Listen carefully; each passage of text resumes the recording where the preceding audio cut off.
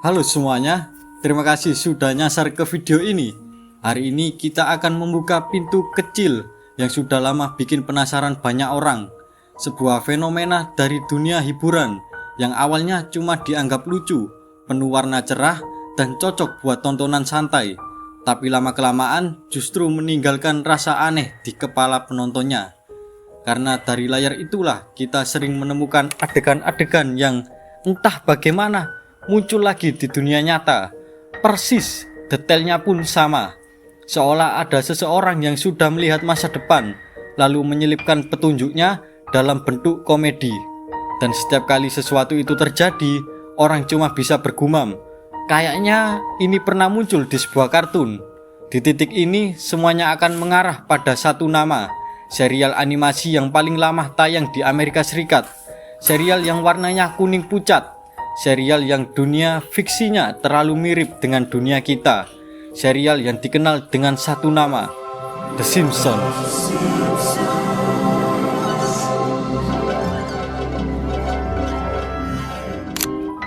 Untuk memahami betapa anehnya serial ini, kita harus kembali ke tahun 1987.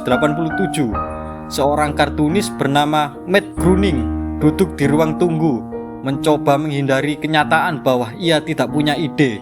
Di tengah panik kecil itu, ia menggambar keluarga absurd dengan bentuk kepala aneh dan rambut biru menjulang. Dari coretan spontan itulah lahir Homer, Marge, Bart, Lisa, dan Maggie. Tapi perjalanan The Simpsons tidak sesederhana itu.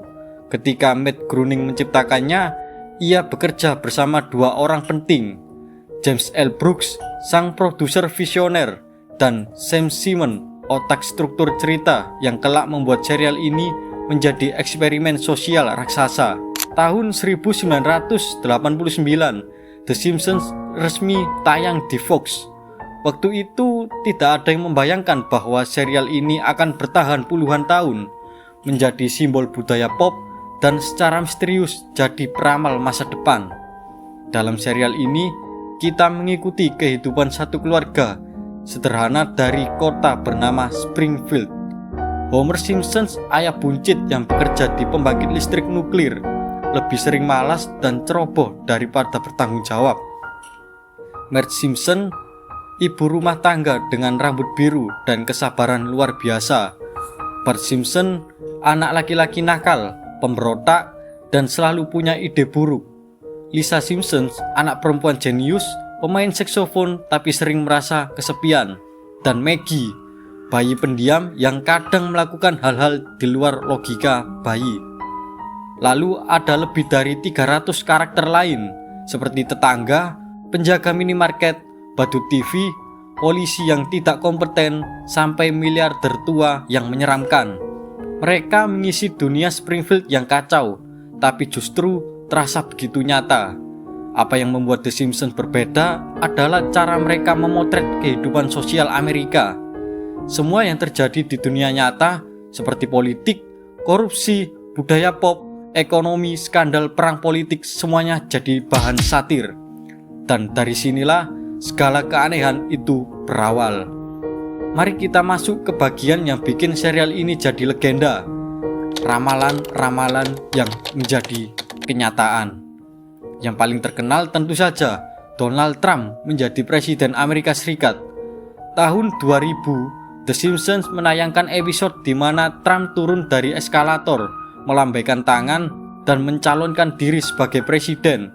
Orang-orang tertawa. Tidak mungkin, ini cuma candaan.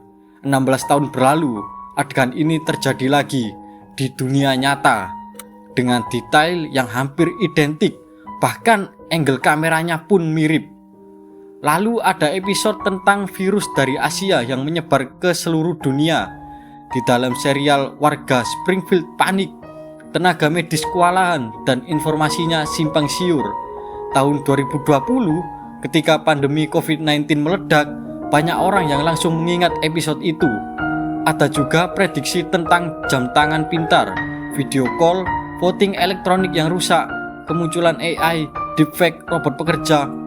Semuanya tayang jauh sebelum kejadian nyata. Apakah semuanya kebetulan? Atau memang ada naskah tersembunyi? Sebelum kita tenggelam terlalu jauh dalam teori gelap ini, mari kita lihat penjelasan yang lebih masuk akal. Para penulis The Simpsons bukan orang biasa. Banyak dari mereka lulusan Harvard, ahli matematika, fisikiawan, pengamat politik, bahkan jurnalis. Mereka melihat tren, membaca arah dunia, lalu menertawakannya. Mereka tidak meramal masa depan, mereka membaca manusia. Dan manusia itu bisa ditebak, karena sifatnya selalu berulang. Ambisi, kekuasaan, ketamaan, kebodohan kolektif, kepanikan, penyalahgunaan teknologi, semuanya pernah terjadi sebelumnya dan akan terjadi lagi. Fenomena ini dalam ilmu statistik disebut law of truly large number. Jika ada cukup banyak prediksi, beberapa pasti akan tepat. Dengan lebih dari 700 episode, ratusan ide, dan ribuan lelucon, tentu beberapa akan selaras dengan kenyataan. Tapi bukan berarti tidak ada ruang untuk teori alternatif. Ada orang yang percaya bahwa The Simpsons bukan sekedar observasi sosial. Ada yang menduga para penulisnya punya akses ke informasi yang tidak dimiliki publik. Ada yang bilang serial ini adalah soft disclosure, semacam pengumuman halus sebelum sesuatu terjadi. Ada yang percaya mereka bagian dari elit kreatif yang memegang informasi masa depan. Kedengarannya gila, tapi ketika sebuah kartun komedi bisa menulis sejarah sebelum sejarah terjadi, wajar kalau ada yang curiga. Namun, pada akhirnya, mungkin yang paling menakutkan bukan ramalan-ramalannya, tetapi kenyataan bahwa dunia nyata semakin mirip dengan kartun satir. Kita hidup di era ketika politik terasa absurd, teknologi berkembang terlalu cepat, krisis datang bertubi-tubi, dan manusia bergerak seperti naskah yang sudah pernah ditayangkan. Seolah dunia hanya sedang mengejar serial yang sudah tayang 30 tahun lalu. Mungkin kita semua hanya tinggal menunggu episode berikutnya, entah itu tentang ekonomi global, konflik besar, teknologi baru, atau sesuatu yang jauh lebih gelap. Dan ketika kejadian itu muncul, ketika berita besar meledak, pasti akan ada seseorang yang berkata pelan, "Kayaknya ini pernah ada di The Simpsons." Dan setelah semua yang kita bahas barusan, coba diam sebentar, pikirkan ini. Kalau sebuah kartun bisa berkali-kali memantulkan masa depan, apakah itu berarti mereka memang melihat jauh ke depan, atau justru kita yang berjalan mengikuti pola yang sama berulang-ulang tanpa sadar? Mungkin dunia tidak sedang diramal, mungkin kita hanya sedang memainkan ulang cerita yang sudah pernah dituliskan manusia sebelumnya, tentang ambisi, kesalahan, keserakahan, dan pilihan-pilihan yang seharusnya bisa kita hentikan.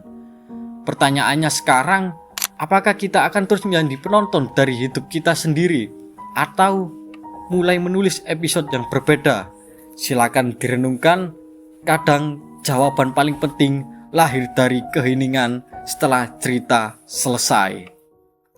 Spider Pig, does whatever a spider pig does. Can he swing from a web? No, he can't. He's a pig. Look out, he is a spider pig.